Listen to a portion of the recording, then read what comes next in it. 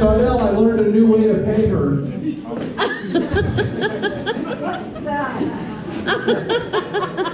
You'll see, we got the green room later.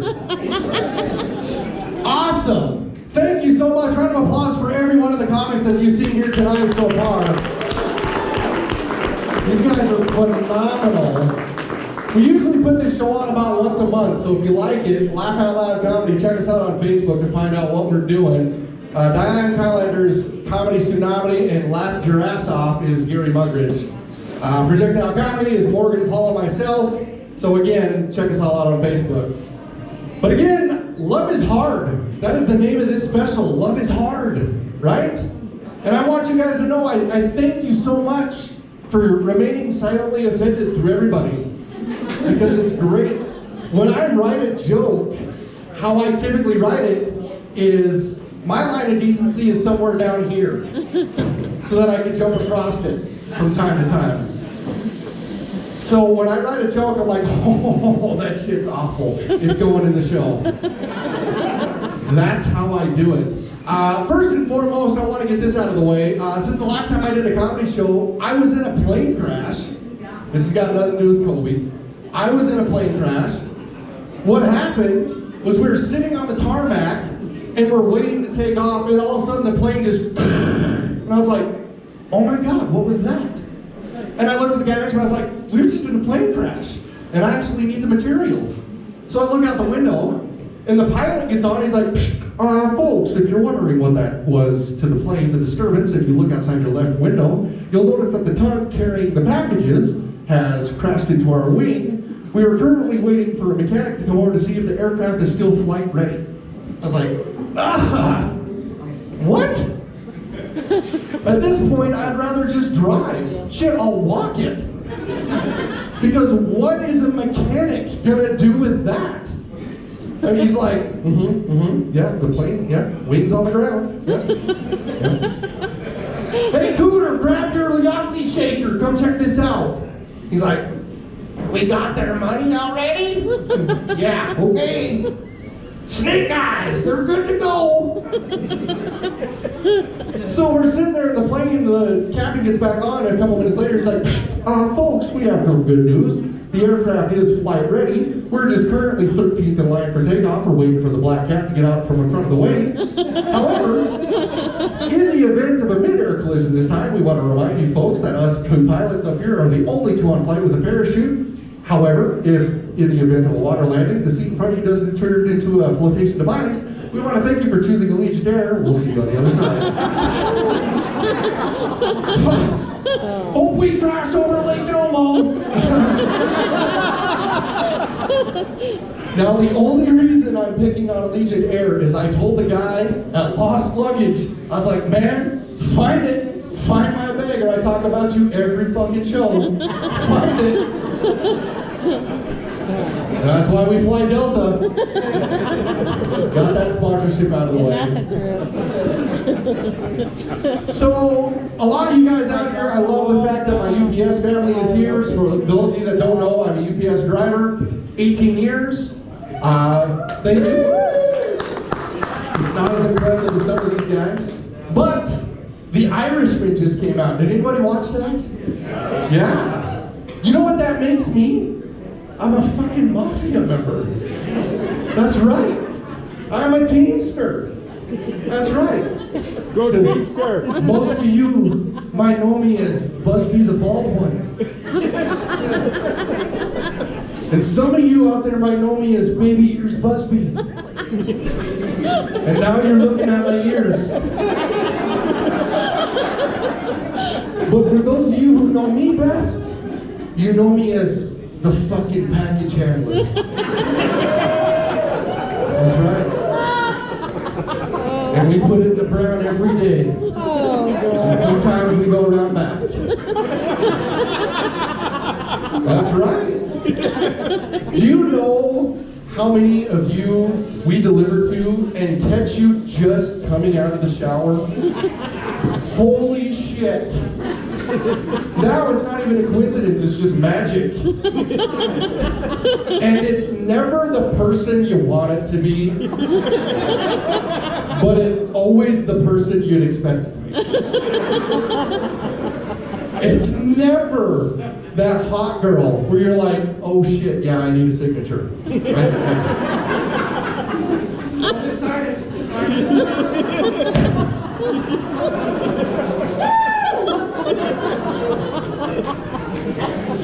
Never that. It's always, you need me to sign for that, son?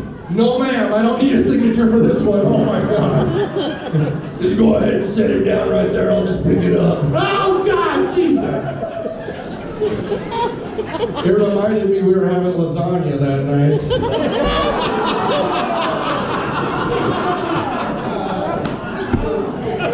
Her wizard sleeves hung down farther than my wand. Oh my God.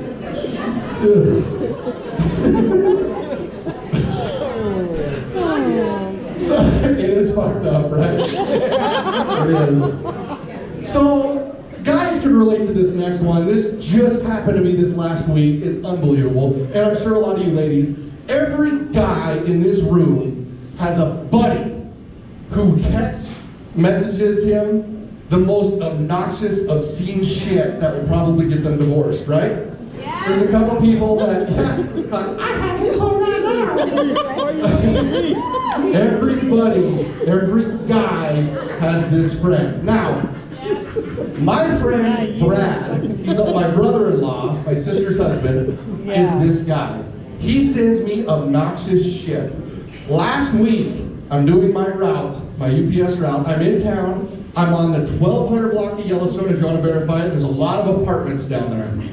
I'm delivering these apartment complexes, and I grab a cart and I just deliver them. Well, Brad sends me this message, and he's the guy that's like, turn it up, dude, this is hilarious. Now, right away, anytime that somebody says turn it up, you're like, no, fuck, no. I'd like another one. And there's a video, and right away you see it on the video that there's a girl who's getting pile drived by this guy, right?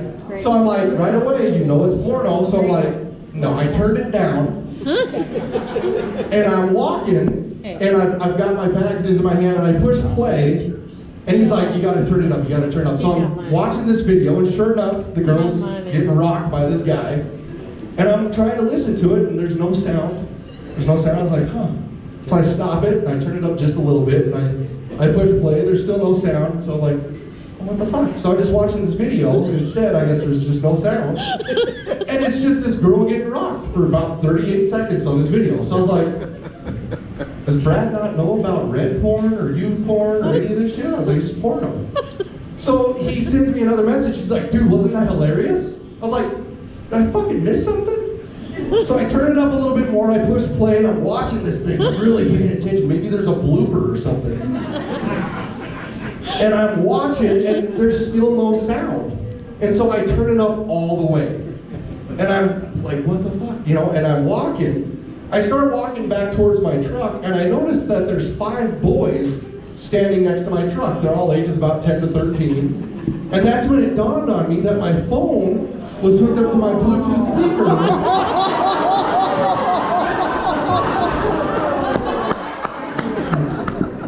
Oh, shit. Now, true story.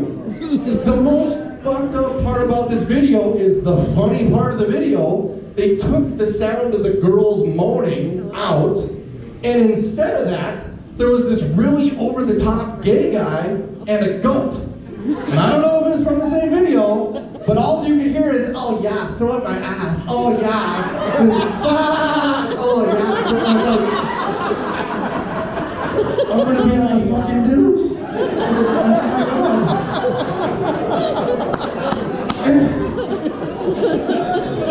I walk up to the truck, and the 10-year-old standing there next to it, he looked and we locked eyes. And it was at that moment that he went through puberty.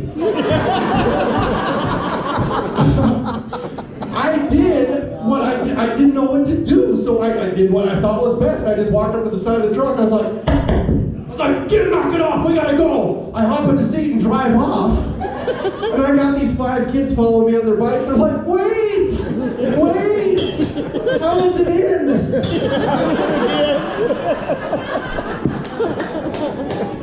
You still again, you're right. Wow. Right? We can't take you in. I know. Got the UPS stuff out of the way. So again, this show's title is called Love is Hard, because Valentine's Day, it is hard. It is hard to get a partner, somebody you love. So you would do anything. Guys, we will do anything for love, right?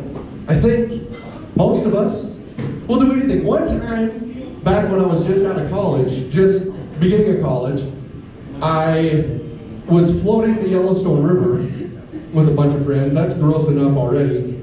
But it was in like early April, May-ish, something like that, and there was just me, one other guy, and like 6 girls.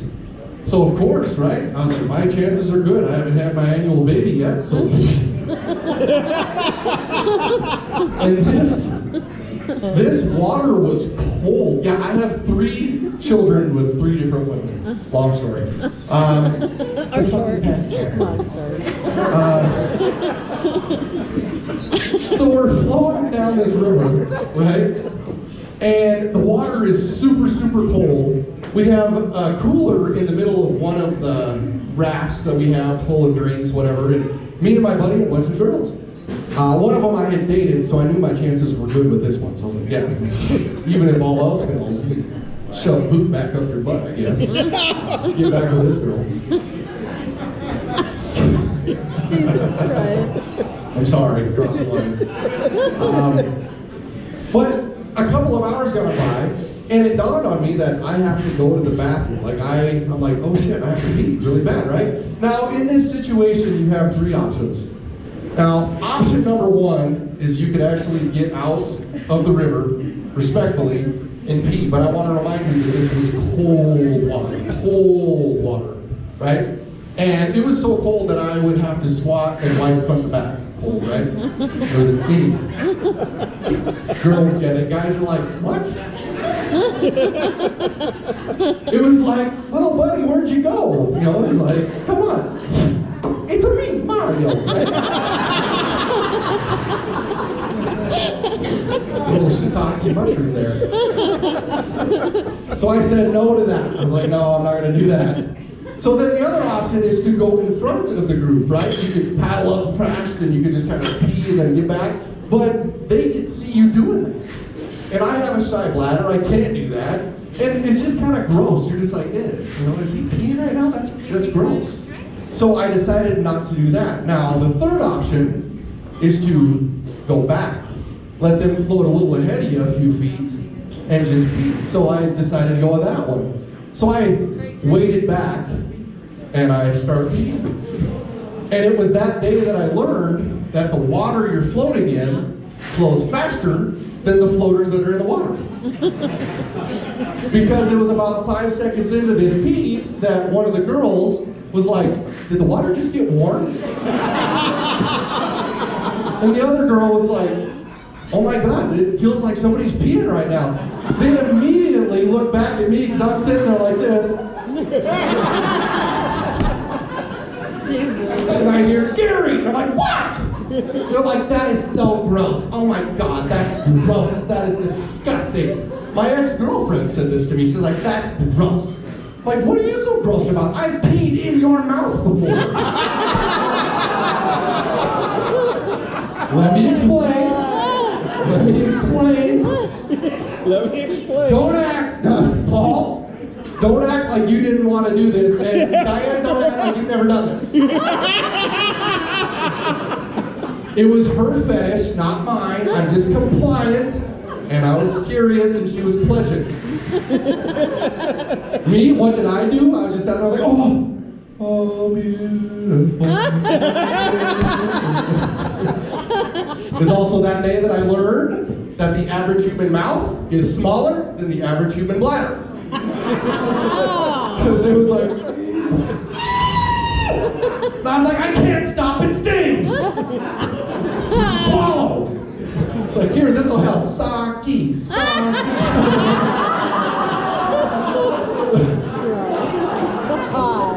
The best part about that joke is the next time you go have hibachi and you have them with the sake bottle, you're going to think at this moment, you're going to be like, God damn it, Gary, no. But your buddy's going to be sitting there taking that sake and you're going to be like, oh my God, you're the one. You're the one. Putting on there next.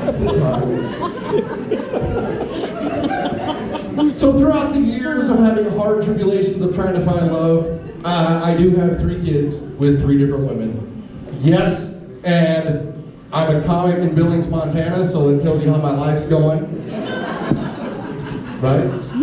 Now, my youngest daughter is 2 years old, Docklin, the one that I have with Shondell. Shondell's here tonight. And, thank you. Woo! She's lasting. I mean, until tonight, we'll see. I might need a couch. But this little shit, we just went out for Valentine's dinner. We did it a week ago so that we didn't go on amateur night. And we went to, what was that place that we went to? Montana Club? Is that what it's called? Yeah. Okay, Montana Club, which is fairly fancy, right? For Billings, it's kind of a fancier one. Now, our 2-year-old daughter, she is 2. She's the terrible twos. It's a real thing. She stood up.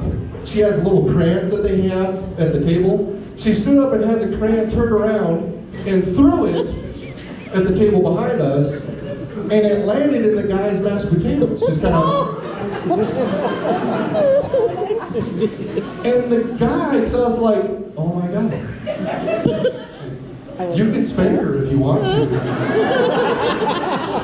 I kind of think the guy wanted to spank us. Control your children. Sorry. Lick the crayon off and just hand it back, right? I didn't know what to do.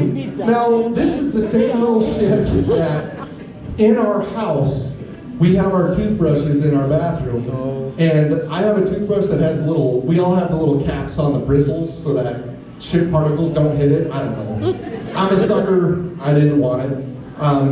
So the bristles are on the bathroom, but at the time, it was just Shondell, myself, and our 2-year-old in this house, and I walk into the bathroom and I notice my toothbrush laying on its side with the fucking cap off. And I'm like, Shondell, did you use my toothbrush?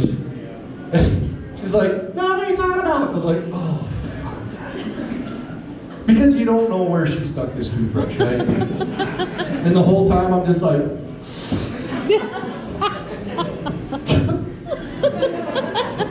you run it under the sink for that extra second. The whole time I'm like,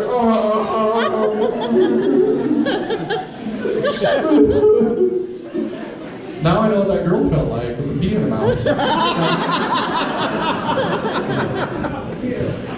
Speaking of having shit in my mouth, Shondell is a dog breeder. We breed German Shepherd puppies, West German Show line. We have 2 puppies available, by the way. There's my little plug for that for sale. They are awesome. Now, Legend Tales, if you want to go see them later, awesome site. But when they were first born, they're about 12 weeks old right now, but when they were first born, Shondell does all the work. I don't know how to do this with the puppies, but she marks down the weights and the temperament testing and all the above. Well, this one particular day, I walk into the kitchen, and there's a digital thermometer sitting right there by the sink. Now, like every other guy that I know, we're curious, right?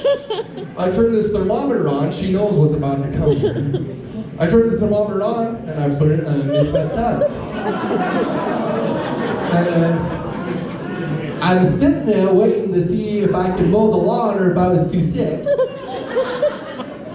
Shondell walks in the room holding a puppy. She goes, what are you doing? I'm checking my temperature. Where'd you get the thermometer? I was like, it's sitting right there. She goes, babe, that's the dog's thermometer I use on the puppies. And I was like, you put this in the puppy's mouth? She goes, No. I gotta go brush my teeth with my shih tzu brush.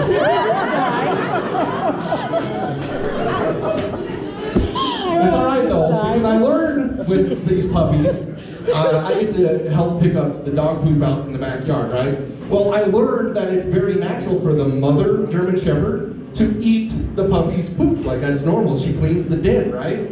Well, she loves to let this dog lick her in the face. So, it's alright. Now, the reason I told you that story to humiliate myself is so that I could tell this story to humiliate her.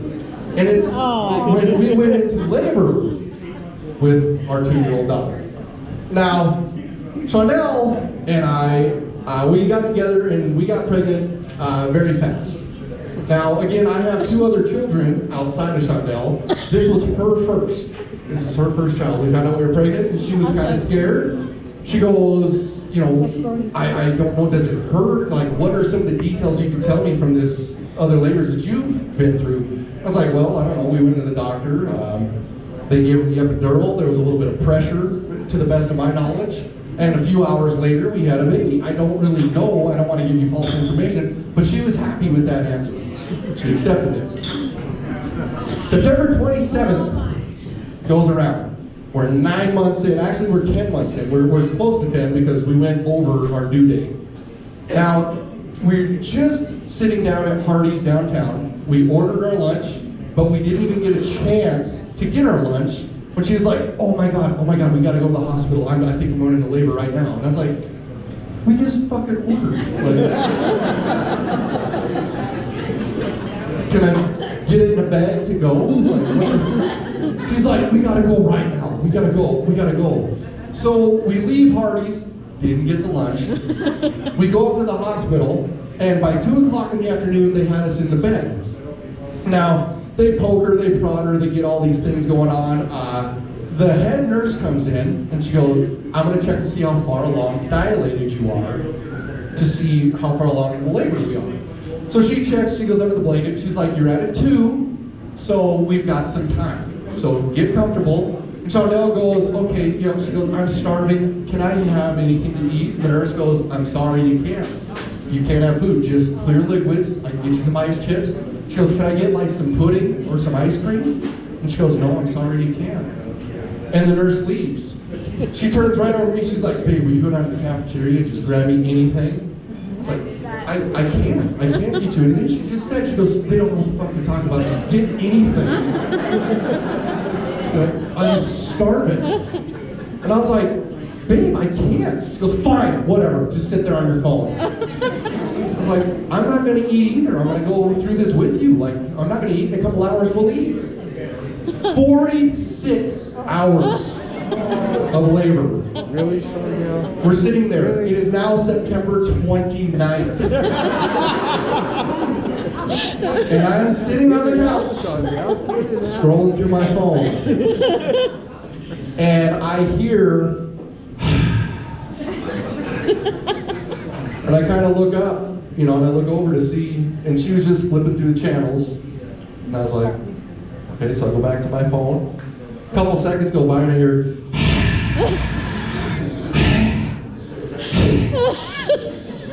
I didn't even have to look up because the side of my head was starting to smoke to know that she was looking at me. So I asked her, I was like, is everything okay? And she goes, have you always been this fucking annoying?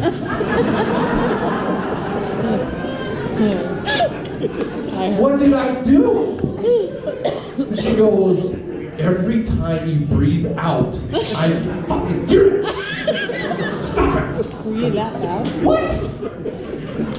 What do you want me to do? Here, I got it. I'll just hold my breath till you have the baby. But if you can speed this up, I got some breathing to do. She goes, I can't believe I let you impregnate me. I was like, yeah, right now, me neither. She's like, she's not getting your last name. I was like, I'm going to go check to see if a nurse can see how far along dilated you are, because you're becoming a bitch.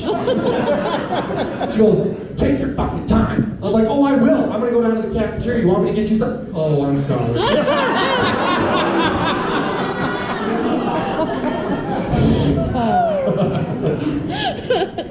So I grab a nurse. I just find one of the nurses, and I was like, ma'am, could you come in and please check how far along dilated she is, because she's hard to deal with. I think we're getting close. She's like, yeah. She comes in the room, puts on the glove, she goes underneath the sheet. And she goes, good news, you're at an 8. And I was like, fucking finally an 8, Jesus Christ. And they both look over at me, and I'm like, oh, I'm sorry. The nurse had no clue. She's like, I was like, I'm not allowed to breathe until she has that baby. You just grab that plunger and... She's like, I'm gonna go assemble the rest of the team. We'll be right back. She goes out, grabs the head nurse. Head nurse comes in, and she goes, I'm excited. I hear we're about to have a baby, and I'm sitting over on the couch. She goes, oh my God, sir, are you okay? You look a little flushed. It's like, now that you mention it, I am feeling a little woozy. If you can maybe bring me like some pudding or some ice cream.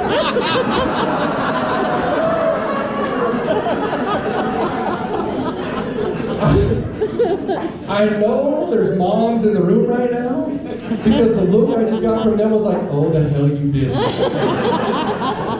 I have one response for you other mothers.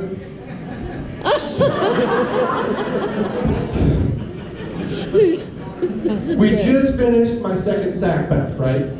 Because she gets me some pudding. And the nurse goes in and she checks for dilation. She goes, you're not at an 8, you're actually at a 4. And I was like, a fucking 4? I'm at a 4? It's like, well, what the hell hole was she checking, and why was it gapped to an 8?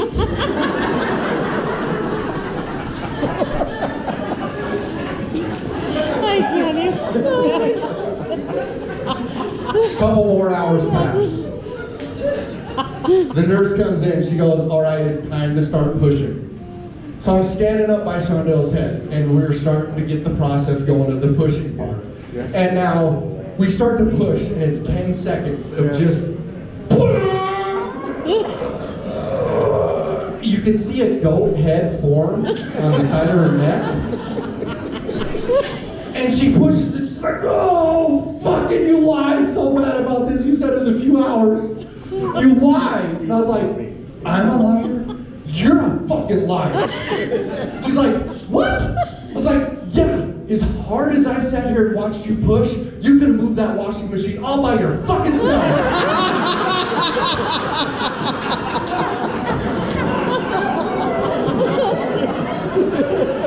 Take that fucking epidural out of her, doc. She don't need it. The doctor saves us. The doctor goes, all right, she's starting to crown. Dad, would you like to come down and catch the baby? And I was like, no, I'm good. I'll stay up here. I'm good up here. She's like, no, this is a good moment. I was like, I'm the kind of guy that likes to swim in the water when you don't see the shark. I'm good. Shondell goes, you need to go down and catch the baby. I was like, no, babe, I just go down and get the fucking baby! This is a fucking magical moment! You're done. Are you done? Like, done with what? What's your doctor? It's like letting your head spin all the way around Linda Blair. It was at this moment that I actually had empathy for Scott Peterson, right? When we get done, we're going fishing. Oh, God. So I go down, because she makes me go down to catch the baby. I get down by her legs. I was like, oh my God, babe, no, I'm losing my boner right now. Oh my God. What I saw next, for guys that have not seen this, has anybody ever seen the movie Little Shop of Horrors? It is not that bad. That plant? Like, if you just turn it sideways, everything's included. The teeth, the tongue, the fucking 12-foot lips. We're having lasagna tonight. Her wisdom sleeves are going to be longer than my wand. Oh my God. Look at the beauty. And I was like, Doc, is that going to stay like that? Like, what am I supposed to do with that? I'll hula hoop with it? Just, babe,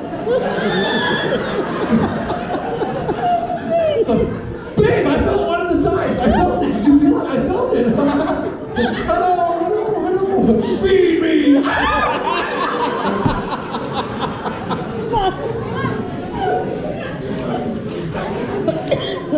That's bad. That's really bad. I'm gonna hit him. And we have this baby. Now, this baby comes out, and the nurses, they take her off into this other room. It's like a room with these windows where you can see, and they're doing weights, and they're doing temperatures, and whatever else they do. And the baby is perfect, right? Like, everything about this baby is, you know, Of course. they wheel his baby back out, and everything about it, just a little angel, right? Just 10 fingers, 10 toes, just smile and everything. And then they brought my child out. But I learned to love her. Now, the only fucked up part about this entire story is, to this day, she has not let me use or look for that hole that was gapped to an 8. But when she does, oh, my name is Gary Monkey. Thank you so